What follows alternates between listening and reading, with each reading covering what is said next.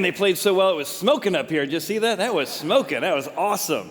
Well, it is great having you with us today. You've come at a great week. We are starting a new series called In Your Element. What does it look like to be in your element? To find your purpose, to operate in that? What does it look like to find fire, wind, water, and earth? And how do those ideas speak into the bigger realities we want to be part of? A sense of significance, a sense of purpose, to know where we're going and where we're headed. So we're going to begin today with fire. And with that, I don't know if you know this, but the early lighthouses were actually not electrical lights, but fire in the sky. Thanks for being here today.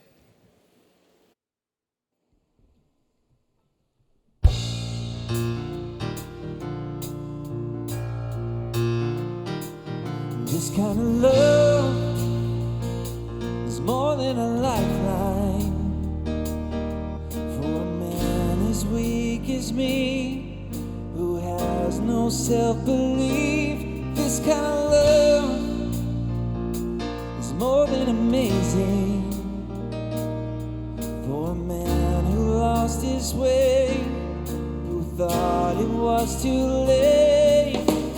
How did the sea get so rough? I would have drowned if you hadn't given me your love.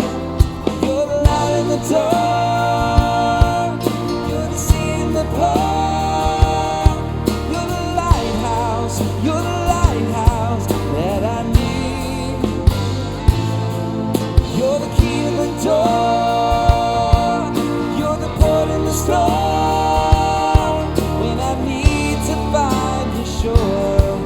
I can't swim anymore. You always got me back to solid ground. Yeah, you're my lighthouse.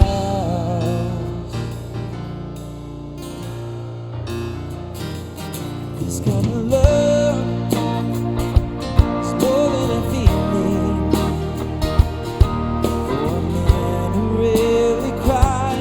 I get all choked up each time.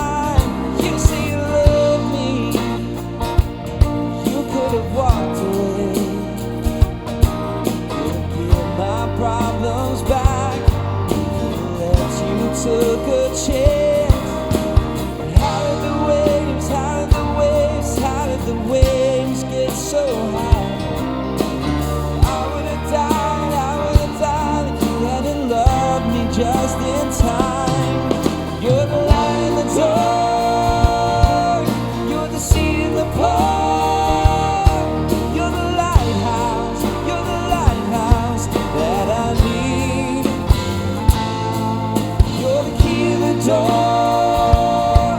You're the port in the storm, and I need to find the shore, as I can't swim anymore. You always got me back to solid ground. Yeah, you're my lighthouse.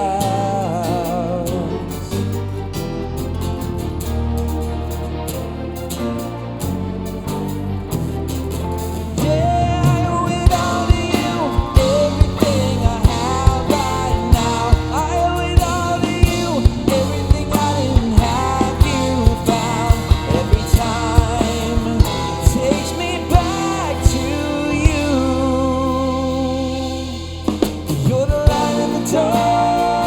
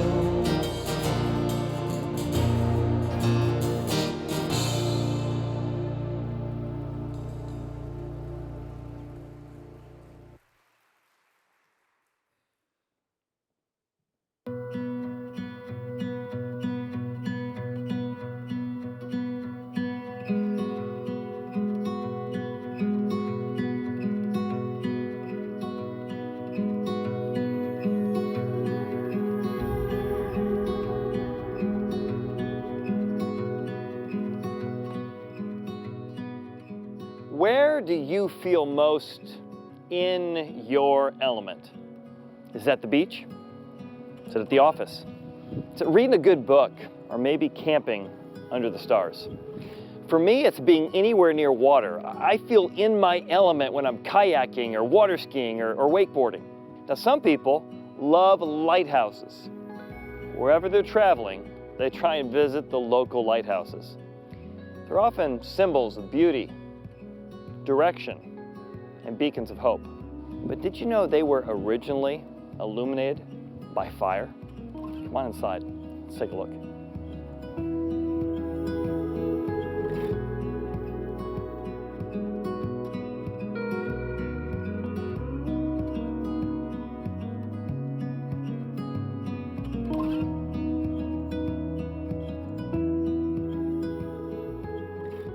Now, the lighthouse at Ponce Inlet in Port Orange, Florida, it has 203 steps.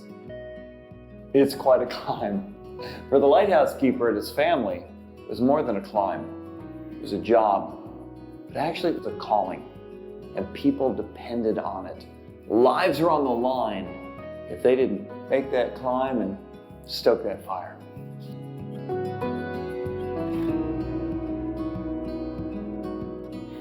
Now, traditionally, there were two homes at the base of the lighthouse.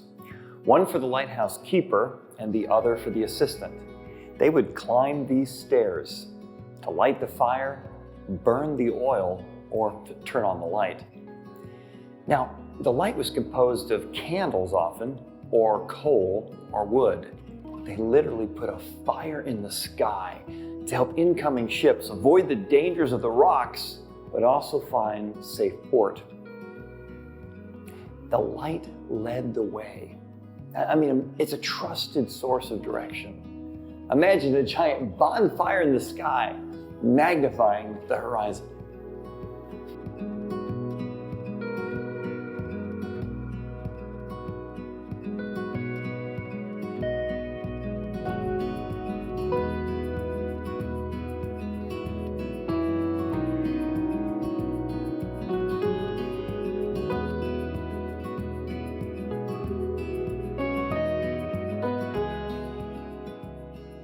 Man, I love this view. You know, there's a museum at the base of the lighthouse. It tells the history of the technologies of luminance and magnification used in this very place. In 1777, they used a mirrored reflector system for the fire. Then in 1782, they replaced the fire with a circular wick-burning lamp. Then in 1823, they put in this dioptric lens system they have today. See, the bright light in the sky was designed for sailors coming in from the sea to find safe harbor, to avoid the dangers of the rocks. And yet it wasn't as easy as just follow the light. In fact, there was a group of pirates. They were known as the wreckers. And they would actually have giant bonfires, and they would place them near the rocks on the shoreline. They were trying to get those ships to crash into the rocks so they could loot their treasures, thus the name wreckers. The sailors had to discern between the true lighthouse and the distant glow of those bonfires. But God said He's like a lighthouse. I'm the fire in the sky. Trust my vantage point. I'm trying to keep you from danger and show you safe harbor. See, God's designed us and His instruction, His wisdom, His direction to help us be in our element, to experience the best life has to offer. God wants to take us on an adventure, not keep us from it. Man, is that guy tan, I'll tell you that. Amazing. You know, I think if we're honest, we all have a lighthouse in our life. And that lighthouse is that thing we use to tell us where to go and what to avoid. And the lighthouses, we don't think of it as God. Often we have all kinds of things that we would call our lighthouse. Usually good things. What is that thing that you have in the back of your mind or the forefront of your mind that tells you where to go, how to make decisions, and maybe what to avoid? to kind of find your own lighthouse, think to yourself, what's that thing that your mind gravitates toward when you're not thinking about anything else? Is it security? Is it compounded interest and money? Is it your kids' obedience and wanting your kids to be successful? And what would be the next thing for them? And that becomes your lighthouse, and your whole life revolves around that. If you want to find your lighthouse, it's the thing that you go to for comfort. Hey, this isn't going well, or this is falling apart, but at least I have my title, my job, a good family, my health. If you want to find your lighthouse, it's the thing that you'd say to yourself, this is so important to me, I couldn't live without this. In fact, I'd be scared to death or be fearful or anxious at least if I ever lost that. Because that's the thing that guides me. That's the thing that directs my life. I build my whole identity there. I kind of live in that lighthouse. See, the Bible says that when you take something besides God and make it your lighthouse, it'll be a good thing. It'll give you a lot of good direction. But ultimately, lighthouses are nice places to visit, but you can't live there. You can't put your full weight on that, because everything you put your full weight in, your kids' obedience, your health, your success, eventually you'll retire and you won't have that title. Eventually someone will come along who will actually be better than you at whatever you do.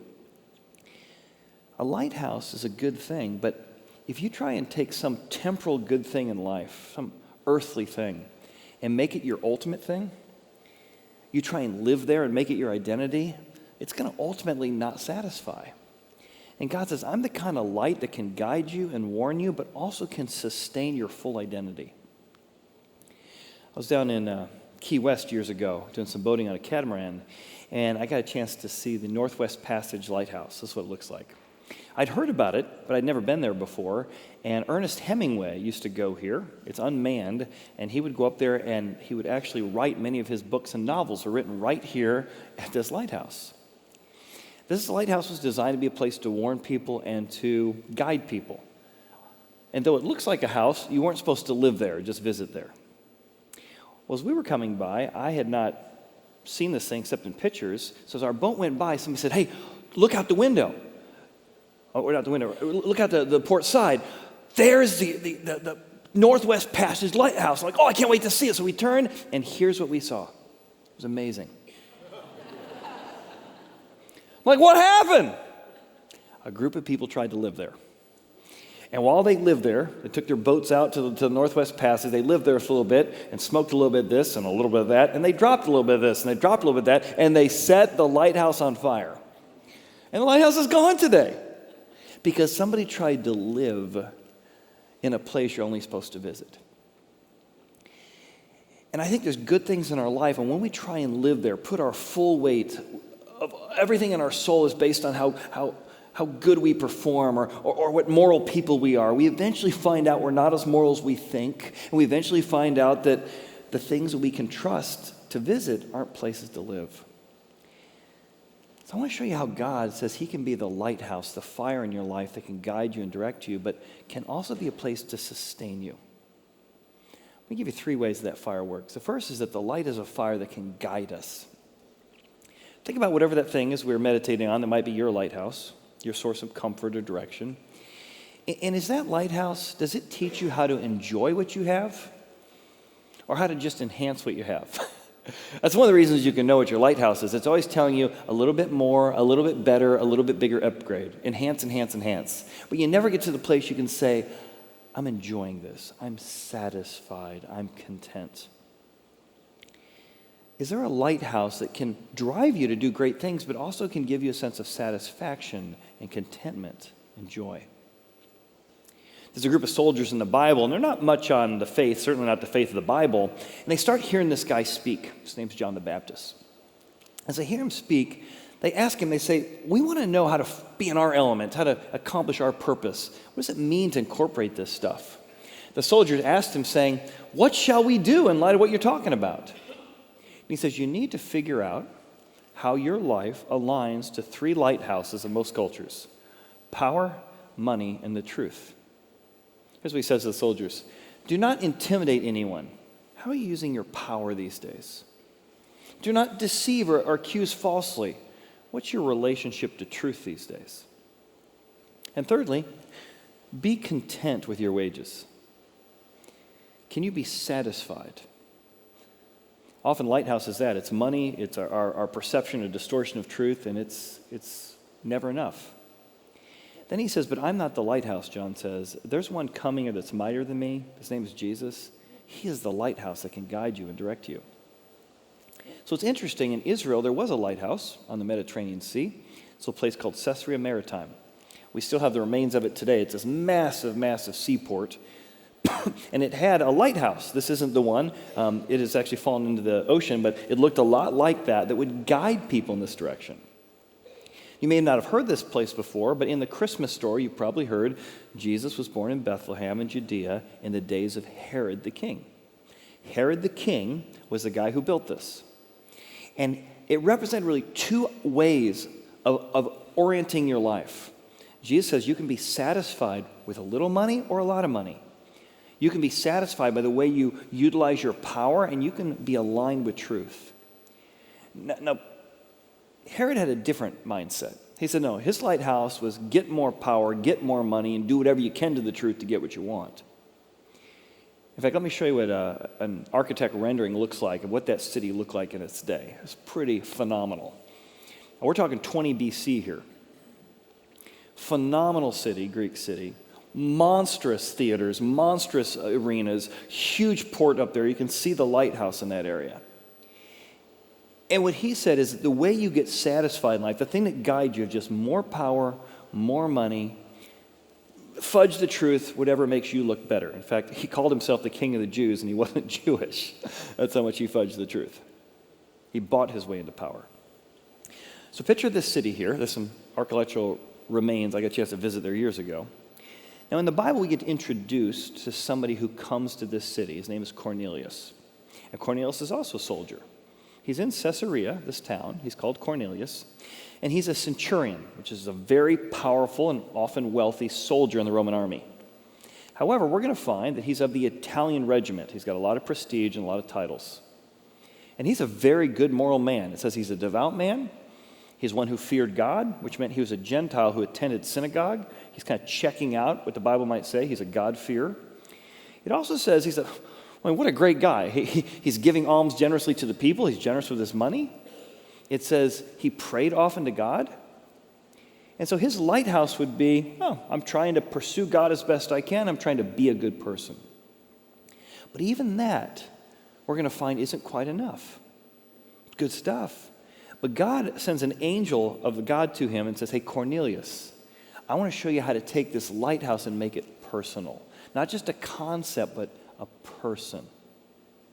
At the same moment, God is appearing to a man named Peter. Peter was one of Jesus' apostles, one of his disciples. He saw Jesus die and rose from the grave. But Peter decided to build his lighthouse on his own morality. The problem when you build your identity on your own morality is you either get really, really self-righteous because you think you're better than other people and you look down on others, or you once were pretty righteous, and then you find out just how temptable you are. You get crushed under the weight that you can no longer live up to your own standards. Well, Peter's lighthouse is currently how he obeys the Bible, how he reads the Bible, how he does the right thing. So he's starting to look down on the Gentiles and people who don't obey those things. So God comes and says, that lighthouse of religion is inadequate. I want you to know I care about people who break rules. I care about people who keep rules. I love the rebellious and I love the religious. But you both need to be rescued. You need to be rescued from thinking your good works can save you. Gentiles need to be rescued from thinking their bad works can't be forgiven. So he gets Peter's attention, and Peter starts to realize that God cares about people he's been looking down on. So Peter shows up in Caesarea, and Cornelius is like, oh my gosh, God's got a word for me. So he invites all his friends and all his family together, and like, God's sending somebody to talk to us, all his close friends. Then Peter opened his mouth and said, in truth, I perceive that God shows no partiality. Now, this is so significant. This is a guy who's become a bigot toward non-religious people, a bigot toward Gentiles because he feels like being Jewish, he's better than others. It has suddenly struck him that God shows no partiality. God loves everybody. God loves people who don't have their act together, just like I didn't have my act together. I'm starting to realize that God is my lighthouse. I can build my identity on the fact that I denied God and I made mistakes and God can still love me. Why would I not think he couldn't love and care for the Gentiles?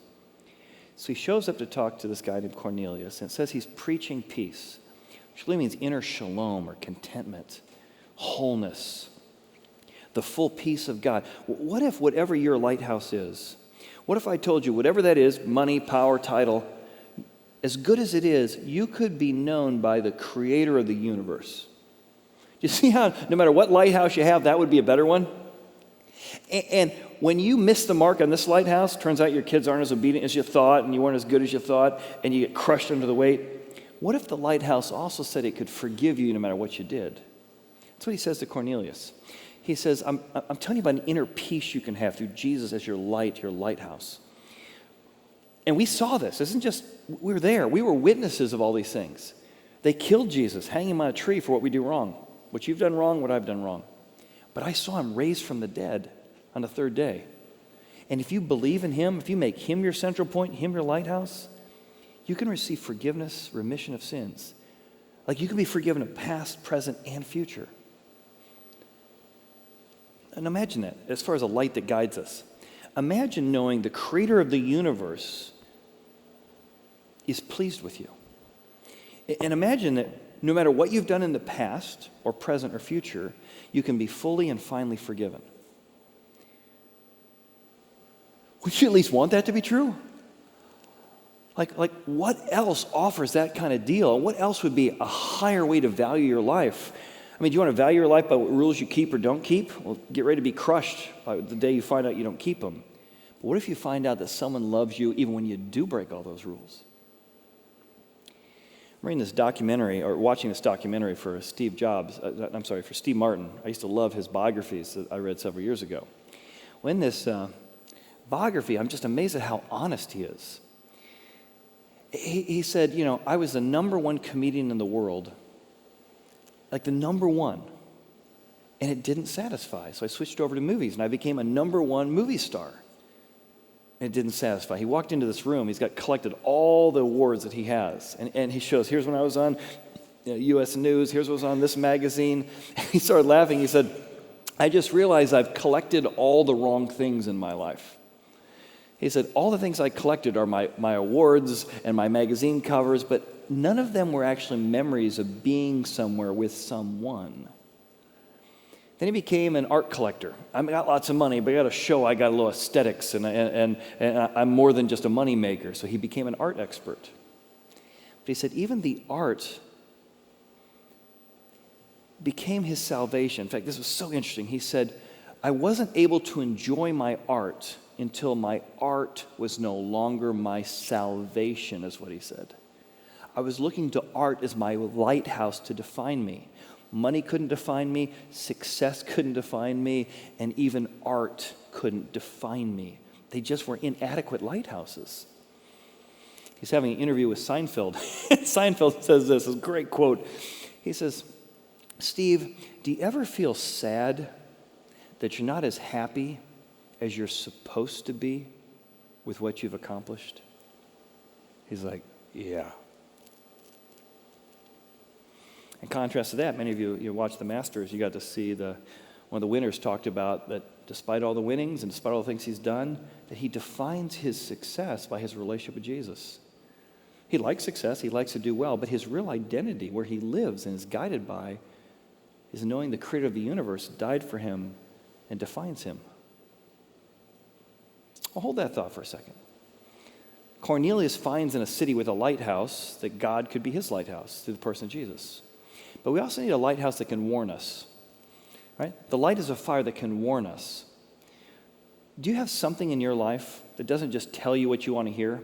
See, being in your element, it requires trusting someone, a person who's willing to tell you hard things, difficult things. And if the God you chose only says things that you want to hear, it might be somebody you made up. You need someone who's a lighthouse, but also can tell you hard things you need to hear.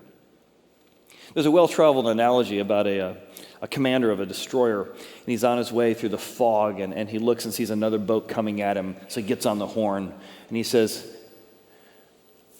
"This is a destroyer ship, we're coming your way. You need to turn 45 degrees to the north."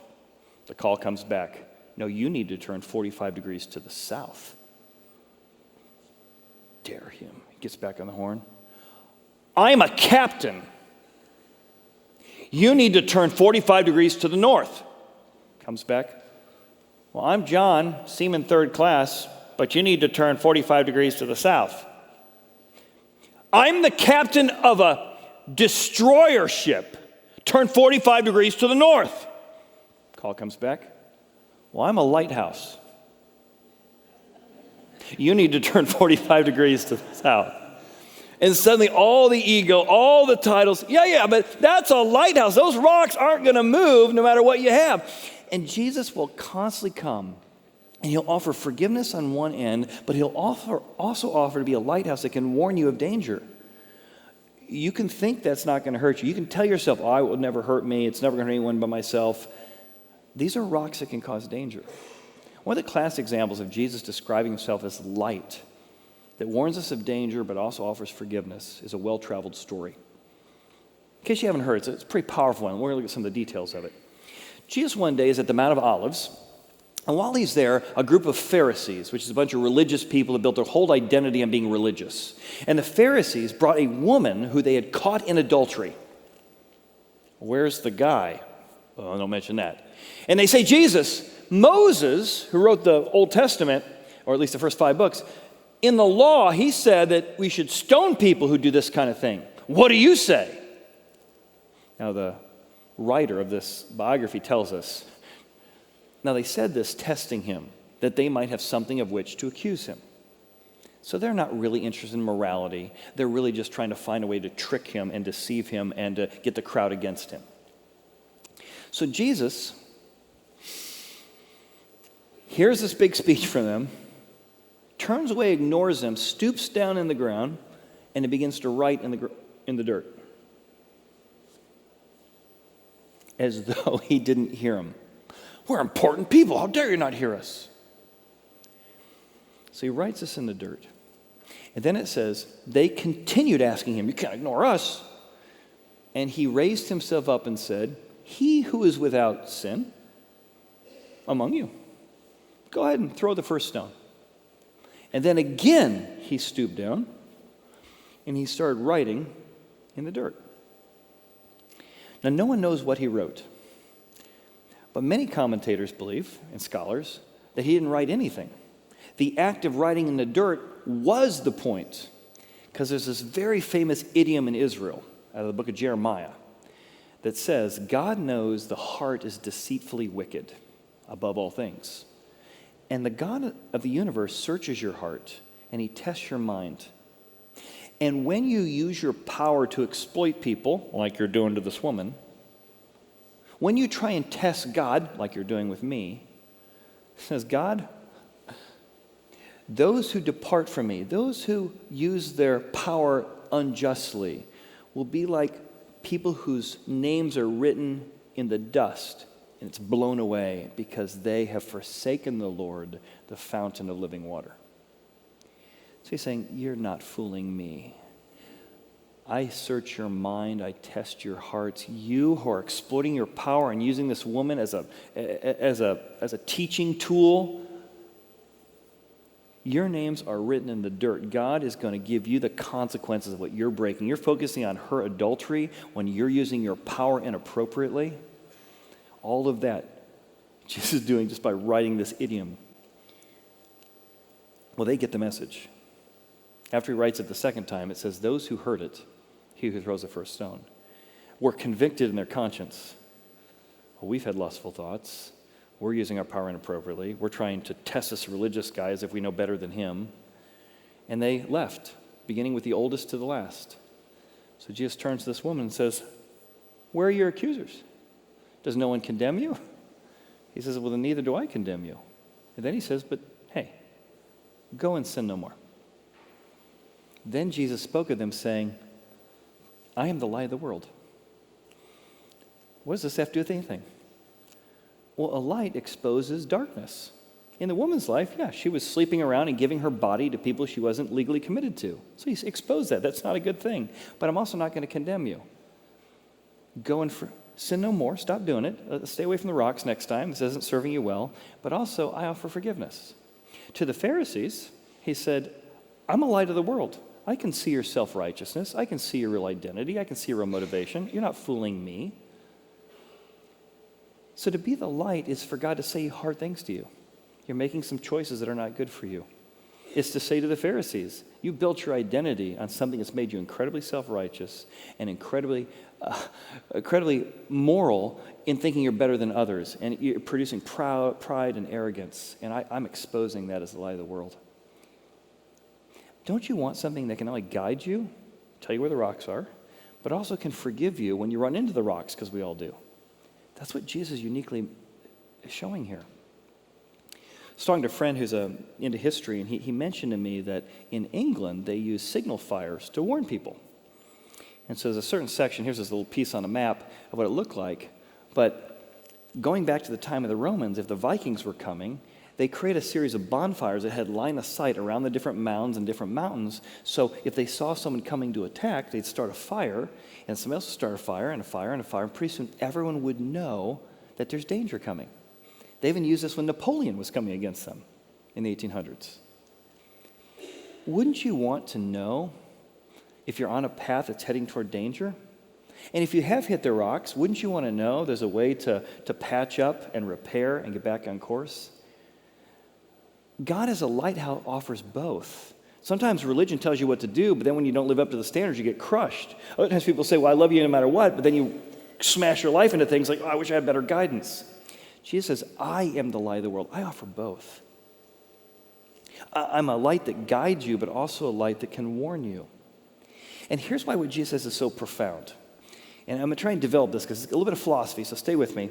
But the fire is a light that enlightens us both internally and externally. Okay, internally and externally. See, our culture says, oh, I'm pursuing the truth. We're all on a journey. We're okay with everybody seeking things, right? Pursuing things. But actually what the Bible offers is you don't just seek the truth, you can find the truth, you can experience the truth, you can live the truth. And it's not just something you look deep in yourself and say, look, I found courage, I found wisdom. The light isn't in here. If it's in here, I just have resources that are like limited by myself. No, what Jesus is going to say is, I'm the light that's out there, a greater source of strength, a greater source of forgiveness, a greater source of wisdom. Well, isn't that what you need? You've tried your own resources. You're like, I've reached a breaking point. I need access to light from out there, externally. So Jesus says, I am the light of the world. Now, don't get how shocking this is. Not the concept of God is, not the uncaused causes. He's saying, I am the very thing that lights the world. I am the very source of truth. Everything you've looked for in your life is a person, and I am it. It's outside of you. It's not you. I am the light of the world. It's external. He who follows me, it's something you can follow, something can guide you, something can direct you. Okay? And you're not going to walk in darkness. You're not going to stumble into things that could hurt you when you follow the light. But then he says, but when you follow me and trust me, that thing outside of you, you then have the light. I then put it in you. I am now living in you as a guide, as a director. All right, so let me give you an example with lighthouses. If you your whole life were just seeking out lighthouses, just always pursuing it. You never have it. You're just always pursuing the next one. That's kind of what the Greeks thought. The Greek thinking is you don't really know the truth. You just kind of pursue asking questions is the answer. Versus the Hebrews said, no, you need to know the truth and live it out, and you can actually experience it. So up in Nantucket, they got some beautiful lighthouses. And if you go by the lighthouses, the Greek way of thinking is I just pursue the lighthouse. Sometimes I get a little bit closer to the lighthouse. Maybe I'll paint a picture of a lighthouse. Maybe I'll write a poem about a lighthouse. I'll think about true things. I'll think about God, but I never really know what is true and what isn't. Right? So this is a lighthouse in Nantucket. Let me show you another one, kind of a close-up. You can get close to the truth, you can admire the truth, but you can't ever know the truth in the Greek way of thinking. Well, you can spend your whole life chasing lighthouses, you're never going to have it. That was the Greeks, always pursuing education, but you never can come to any real conclusions. Up in Nantucket, there's a place, a lighthouse, that you can take your car and you can actually take all the air, or most of the air, out of your tires so they get nice and fat so they don't fall into the sand. You can go all the way up Nantucket to see this beautiful lighthouse. And while you're there, you can see sea lions right there on the beach. You have these incredible memories. And this is what the Greeks would say. Just keep pursuing things. You'll have some good adventures, good memories. You never know what's true, but isn't it fun that you tried to learn along the way? Now, the Hebrew way of thinking is a little less like pursuing all the lighthouses in the world. It's more like what we saw in that lighthouse from Ponce Inlet in Florida. God said, there's something outside of me that's a light. Instead of just chasing truth like the Greeks did, the Greek way of thinking, the biblical way of thinking is you can find the truth. You can live in the truth. The truth that's out there can come in here and be near you. So God says, I came from heaven to earth to be near. I'm offering myself to you to come and live in you, to guide you, to forgive you, to give you peace. And if you invite me in here and define yourself by who I am and who I say you to be, you remember that museum we saw in the video earlier? It's like God says, I'm going to take the light that is me and I'm going to put that in you. You can take the light of my guidance, the light of my spirit with you wherever you go. So let's go back to what Jesus said. I am the light of the world. The thing you're looking for is not a concept, it's not an equation, it's a person. I am the light of the world. It's not something you find in yourself. No, it's something out there that you need to come in here. But then he says, when you follow me, you don't walk in darkness, but you now have the light. You experience the light. You can live out the light. You have a close relationship with the light because it's a person. It's a person, a reality that lives in me and I can live in. Something that comes from outside of me, but it can be close to me. We did a series several years ago called Hot Seat. And we had an atheist who was a writer for Cincinnati Magazine. So he came in and I let him ask me his hardest questions for 40 minutes. So I was sitting in one seat, putting in the hot seat, he was in the other. And the first question he asked me is, what is truth? And I said, truth is everything. The truth can set you free. Understanding the truth about what you're motivated by, what you did, why you did it, what's the right thing to do, what's the wrong thing. Truth is everything.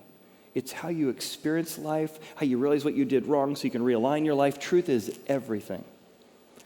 I said, how about you? What is truth? He says, who knows? We can never know it. You get two people in a room, you get three opinions. That's the best we can ever do. And it was such a great example of that idea. Both of us would encourage you to pursue truth, but he would say you can never find it.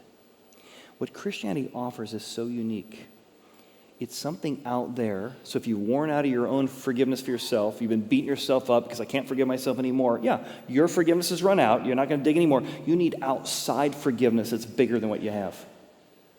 And yet you don't need to just be out there somewhere. Maybe I'll know when I get to heaven. You need it in here to experience it. I don't want to live in guilt and shame. I want to live in the joy and the peace that Peter talked about to Cornelius. I want that kind of lighthouse in here. So here's my encouragement to you as we begin this series. Invite the light, the fire in. Invite the light. Trust the light. And also follow the light. Jesus says all these are possible. Of all the different religious leaders who claim to give you teaching, Jesus doesn't claim to just give you teaching. He claims he is the light. And because of it, he says, trust me. And he puts his light on display. You want to see what my forgiveness looks like? My strength looks like? Those same Roman soldiers that we heard about earlier, he lets those Roman soldiers, not those specific ones, but Roman soldiers take him and pound nails into him, lift him up in the air like a lighthouse. And here, when lifted up, pounded through a level of physical, spiritual, and emotional destruction, that killed most people, including the scourging on a post, the whipping they gave him. And Jesus' strength manifests. It's like you see the light brighter than ever. What kind of a man can endure that? What kind of man, while enduring that, looks down and says, hey, make sure you take care of my mom while he's dying? What kind of a person, while being killed by Romans, looks at the Romans killing him, looks up to God and is praying for them, Father, forgive them, for they know not what they do. You see, we see the light of Jesus even higher when he was lifted up in that lighthouse. We've never seen forgiveness like this. If you're tired of trying to learn how to forgive yourself, it's time to get an outside source of forgiveness. If you've got some great lighthouses in your life, but you've tried to lean in your whole identity and you found out you ended up with 4 little metal poles because a great place to visit is not a great place to live, God says, I am the lighthouse that can sustain you, bring you peace and joy. I can warn you, but I can also give you purpose. As the band comes out, I want you to think about what I just said. The greatest display of Jesus as the light, the fire as he claims to be. Because they didn't have electricity, so when Jesus claims to be the light of the world, they had oil lamps. So an oil lamp was always a fire. And Jesus said the greatest time to see the light, the fire of who he is, was when he was lifted up on a cross. And as someone who likes to sail and be around water, there's nothing more beautiful than looking over the horizon and you see a sailboat coming at you. Because just as it comes over the shore, you can see the mast. Often you can see that cross coming just over the horizon. You say, either I'm headed that way or they're coming at me. But that Southern Cross becomes the very focal point for directing your life, for shaping your life, and leaning into new adventures. So you hear this last song. Ask yourself, could my lighthouse be the Southern Cross?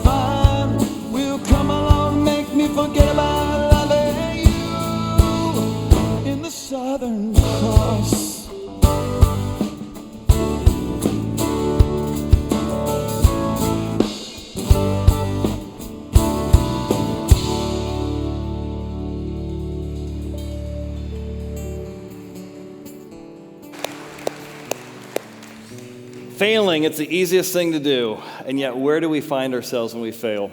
Are you putting your confidence in second chances? And if you just had one more chance and one more chance, you'll eventually find out you even fail at your second chances.